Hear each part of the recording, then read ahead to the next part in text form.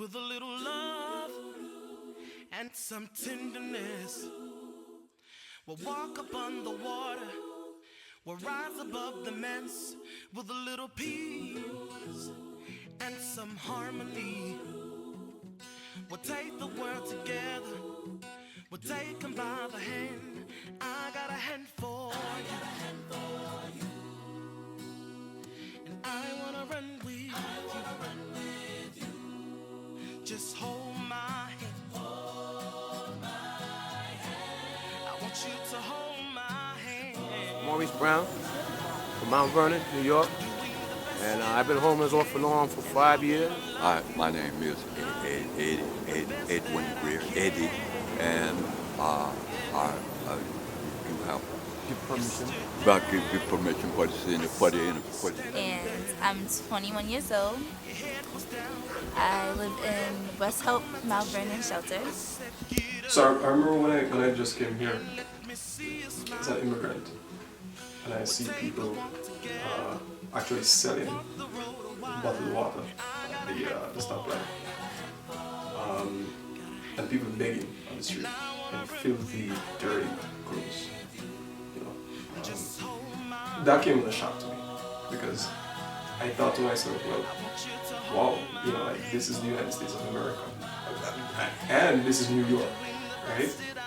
And coming from Jamaica, you see the same things. Like you see people selling water on the way to Kingston, people at the stoplight begging, asking to wash your windshield and stuff like that. And the same thing I saw here, and it came as a shock to me actually. And I just never knew that level of poverty exists in America, in New York. I lived in, I did live in a car to my uncle's van back on 6th Avenue. That's 45th away. And I lived in houses that were not actually, they were houses that they were abandoned, but it wasn't nothing wrong with them. Just people had left for foreclosures. I lived at the YMCA at one point, and I kicked out of there, and then I got a foreclosure on my other one, and so I'm back and forth, I've been a squatter, I've been homeless. How long have you been in the shelter? For 5 months. I was at my grandma's house, home to a shelter because there's a lot of complications with me and my grandmother. We wasn't really getting along, and I had a baby, and it was so much anger and rage in that home, and I just had to get out. There was no longer any type of respect or communication, and it was just, we couldn't live together anymore, so I had to leave. In New York, every night, for example, there are 53,000 people who actually go to bed in some shelter in New York City. There are 20,000+ children who are homeless in New York City. This is a huge problem. You would think of New York City as one of the most affluent cities in the world, in the country, and you find that level of poverty here. And you ask yourself the question, why? Why do we have over 53,000 people being homeless in New York? Well, they have more places open. They shut down a few places up in Poughkeepsie, but that's not Westchester County. That's Dutchess County, and they had people running around like, the big place they closed down. That what's that place up there? For the mental health. They closed that down. And why did they do that for? It was like 45 years ago. People running around, walking people houses. You gotta help these people out. This mental health. That's mental health. They had places to stay, but now they shut that down. They shut down the shelter over at the White Plains, the Harrison. What's that thing called? The airport shelter. That was a good shelter.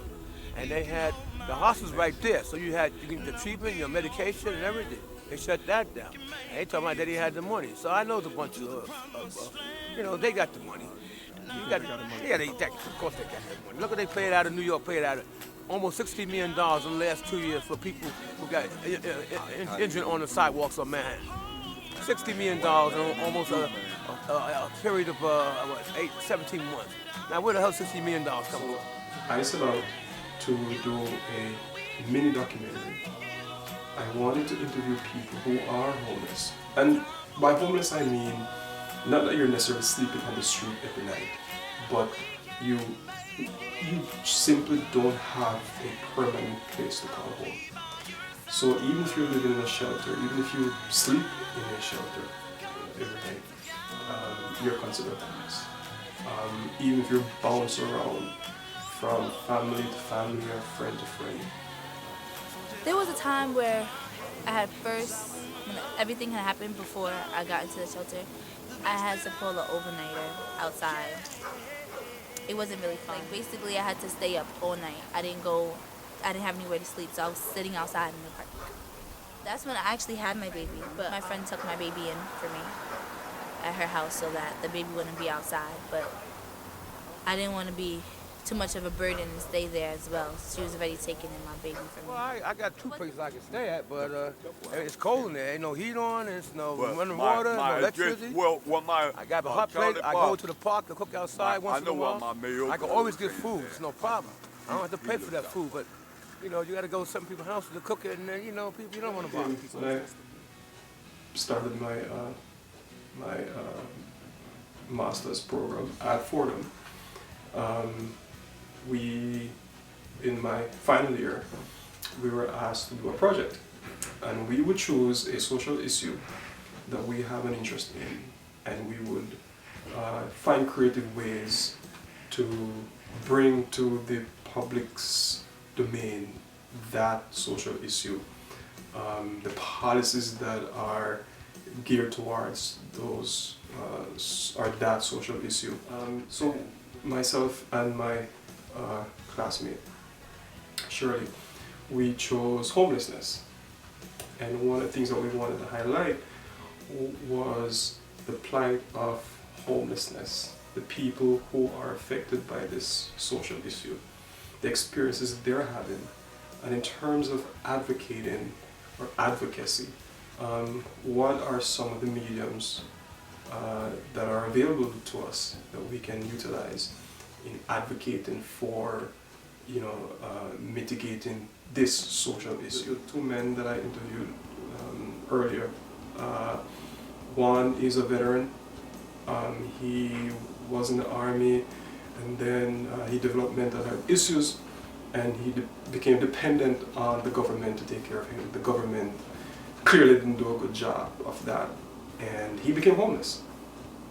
His mental illness didn't go away, and all the issues that come with mental illness and being poor followed him to New York. He was from North Carolina. He came here to New York, still homeless. I'm a veteran, but I used to live with my Army? Yes, sir. I ran off a regular Army depot stationed in my hometown, Columbia, South Carolina.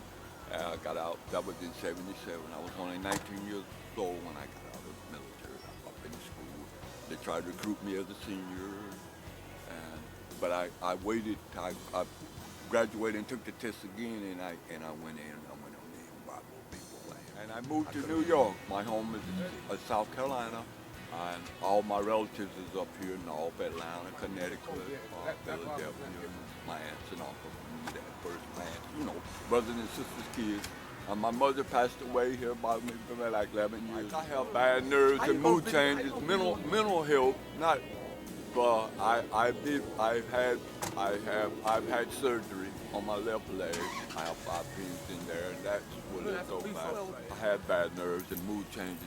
When I was little, my dad. I used to go to what we call it, mental health. And their stories were very, very intriguing. Not intriguing in the sense that you get pleasure from hearing the stories, but it stirs your empathy, and it gives you a different perspective. Actually, their story, the way they bring it across, you really have to look at homelessness, for example, in a different way. Not only that, when you see people on the street, when you see people who are deemed homeless, you know, a lot of people, we tend to criticize or we judge, and we actually find reasons to blame them as to why they're homeless. You know, we think of things like, oh, you know, it's their fault, they must have made some bad decisions, you know, look at how he talks, or look at how she dresses, or stuff like that. It's not really that. You know, until you know their story, then you really can't and you shouldn't judge or criticize. A lot of people make fun of people that's homeless. They're like, oh, that's why you're homeless, you don't have this, you don't have that. That's not cool. Like, that's very much hurtful because you don't know anyone's story at all. And I met a lot of good people in this shelter that I've been in, and their stories are pretty sad and tragic. People have lost their homes to fires. People lost their homes because of a mistake that had happened in their home. Like, a bill wasn't put out, so the tenant just didn't want to hear it and kicked him out in the street with their kids. Like, that's sad. You can't just assume that people. You mean the landlord would kick the tenant? Huh? The landlord kicked the tenant out. Yeah, the landlord kicked the tenant out. Yeah, you're right. There we go. So it was just horrible. Like, being in a shelter or being homeless doesn't make you a bad person, and it doesn't make you who you are. It's just a situation that you have to deal with for the time being. And some people that have to deal with it for the rest of their lives, they try to make a better out of it. Like, they try to find their way somehow. And it's horrible that people talk bad about them. Mr. Brown, he and Eddie became good friends, and Mr. Brown himself has been homeless for a long time. He was married. He has kids. He didn't talk much about his marriage or his kids, but suffice to say, he was homeless as well. It's funny how when people are placed in certain situations, it kind of it will do two things. It will either bring out the worst in you, or it will bring out the best in you. And these two men, seemingly, it brought, you know, their plight brings out the best in them. They became buddies, they became good friends. One looks out for the other. One ensures that if I have, you know, one loaf of bread, I'm gonna get half and you're gonna get the other half. You know, if I have 2 quarters, I'm gonna give you 25 and I'm gonna keep 25. I'm not gonna survive just for me. I'm not gonna hustle just for me. And they hustle, they hustle the streets, but they do it. At the end of the day, they're ensuring that they look out for each other. Fights and stuff, I had to dump them fights for him, 3, 4 fights for him. And his 4 people on him. family, Imagine 4 people on one person. nice. I can't let that happen like that. You know what I'm saying? So you guys look out for each other? Yeah.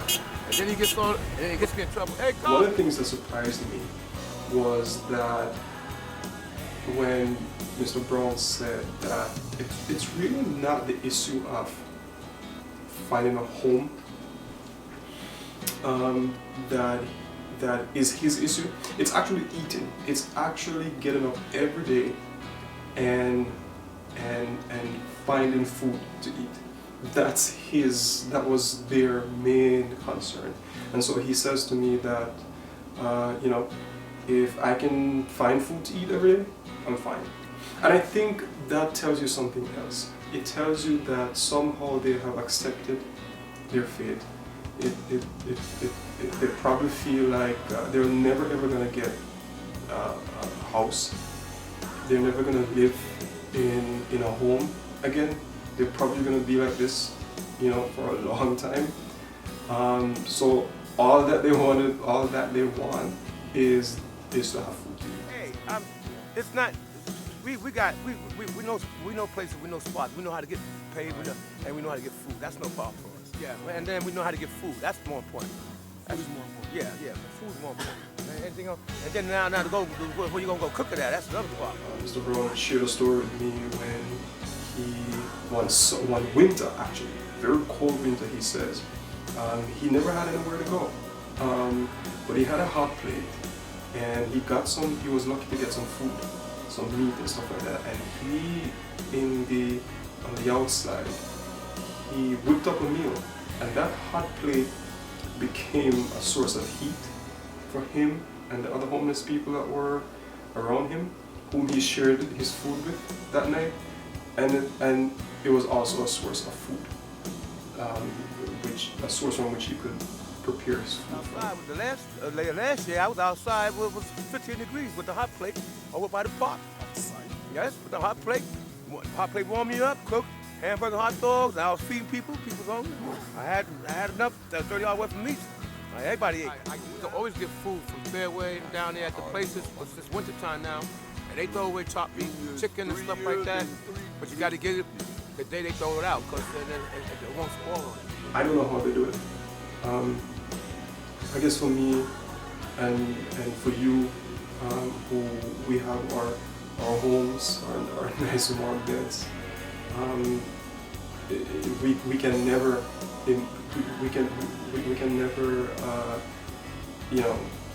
relate to that. But that's their life, that's their story, that's their experience. But after a certain time, you just can't walk in like 9 or 10 o'clock in the morning. That's what time I want to get it. Instead of waiting, but since it's cold out here, it's not going to spoil. But in the summertime, you can get it. It's on. So it's chopped meat, sometimes chicken, pork chops. It could be steaks. Depends what they throw down. And the stuff is still good. And we don't have nowhere to cook, but we was cooking out on stove. I mean on grills once in a while. So Eddie messed around and put some type of wood inside the damn thing and caused a smoke. And then fire department came, we got arrested. The young lady whom I interviewed, she doesn't have a home. She lives in a shelter. It's a family shelter, and she's been there for some time. Interestingly, I've learned a couple of things while doing this interview with this young lady. First of all, she says she moved in without income, and the government was willing to compensate for that. But then when she got a job, then the shelter says to her that, hey, you have to pay, now you have to start paying us because you're making too much money. And so the money that she makes working at a supermarket, she has to take from that, give to the shelter to offset her rent. Then she has to have money left over to take care of her 2-year-old daughter, and money left over for help with other expenses. Being in the shelter, it's not difficult, but it's different. Because I'm so young and I'm doing it basically like on my own with my child and my significant other, and we're both young, it's different because we have bills to pay. We have to keep up with like the way they want us to live, follow by their rules as well. When you try to get on your feet to find your own apartment, it's like they want money from you. The shelter really made it hard for us to get in. They wanted a lot of documents and a lot of information. Like what? You have to have a letter from where you used to live saying why you can't stay there anymore. You have to get it notarized. And if you're in a relationship with someone, you have to have like a domestic partnership where they're not gonna let you guys come in together. They'll separate you. We had to get documents stating that we're married. So we have to get a domestic partnership from the courthouse, which we got that notarized and brought it over to them. But because we were so young, they weren't taking us seriously. They thought of us as kids just not wanting to abide by our parents' rules when they didn't know half of what we were going through. So it was very frustrating at first. And they sometimes DSS, they sometimes make you work for your benefits. So it's like they make you go to these programs, they make you put your kids in daycare and stuff. It's really tough and uncomfortable. And then she says something that was very, I guess, poignant, where she says that, what is it that the government wants? On one hand, it's telling you that, okay, we'll help you to get back on your feet. But as soon as you start getting back on your feet, then they say to you, oh, wait a minute, how about you give us something while you're getting back on your feet? And the something that they're asking you to give back is a huge percentage of what you're making in terms of your income. And so she says, after you give the government what they ask of you, what's left? What's left to take care of her child? What's left to take care of herself? What's left to, take care of other obligations that she has? So what is it really about? It's not comfortable at all because it's not yours. And when something's not yours, it can be taken away from you without anything. Like, you will never know, and they can take it from you. If you don't follow by their rules, or if you mess up in one little way, they can sanction you. And a sanction is they take all your benefits away. So they take your stuff out and they put it out on the streets, and they tell you that you can't stay here anymore unless you go over the process over again. Say you don't abide by curfew. If you come in late from curfew twice in a row or 2 times in a week, that's a sanction. That's violating the rule. I have seen people with kids. They lock their door and told them that they cannot come in until they go to DSS and talk to them. And it's not nice. Like, seeing it isn't great. It hurts because it's like you have kids, and when you come somewhere where it's like you need help, you would expect them to help you. Instead, they kind of make things harder on you. Like, your life isn't hard enough already as it is. It's painful. And she says, it's like you're stuck. It's like you're forced kind of to stay in the shelter, because then why would you leave the shelter? Because you don't know if you're gonna end up somewhere worse than where you are right now. That's what she says. But if you stay in the shelter, then you're not saving enough money either to leave the shelter eventually, because she doesn't want to stay in the shelter. Government, when they say they're helping you, they put too much restrictions on you, and you struggle to survive. The welfare system is designed in such a way that it has so many restrictions, places so many restrictions on the recipients that they're stuck. It's like they're always at a standstill. They can't go right, they can't go left, they can't go up, they can't go down. If you're living in the shelter here and you have a job, you have to pay to live in the shelter. They take your gross and they basically cut it in half of whatever you're making, and you have to pay them to live in their shelter, which is not fair because you have to live with a curfew. Why do you have to pay somewhere to live when you have to come in at a certain time? Why do you have to pay when you're trying to save enough money for your family to get out of the shelter? It doesn't make sense. It makes it harder for us to make a living. If you want us out the shelter, let us have our money and save up and do what we need to, so then we won't have to live off of here. But if you're taking our money away from us when we're trying to make a living, how are we ever going to go in? Yes, the pay stub does go to them. I have to bring it to DSS. So basically, let's say I make about $200 a week. Let's say roughly $200 a week. Here, every month, they want me to pay $500 to $718 a month. And that's horrible because I'm a family of 3, and they want almost $700 from me, while me and my family are living in the shelter, and we're trying to get out of the shelter. They say, okay, we'll help you to help yourself, but as soon as you start helping yourself, they want to take something back. And what they take back is so huge that you're right back where you started. As soon as we get something, they're taking it. Depending on the type of family that you have, I have a family of 3, so they give us $950 to find an apartment, and they help us on monthly. They pay the rent for us, but as soon as we find a job, they take everything away. Whether it goes, according to them, I make too much. I only make basically $150 a week to $200. So now they're telling me that they're not going to pay my rent anymore. So now I have to find a way to pay my rent and still make a living out of that. So it's like they're trapping us in the shelter, because if we can't live out here or to afford stuff in an apartment, then we have to stay here but still pay them while we're staying in the shelter. You're either going to do one of 2 things. You're either going to stay and accept the terms and conditions that come with the assistance, or you're gonna leave.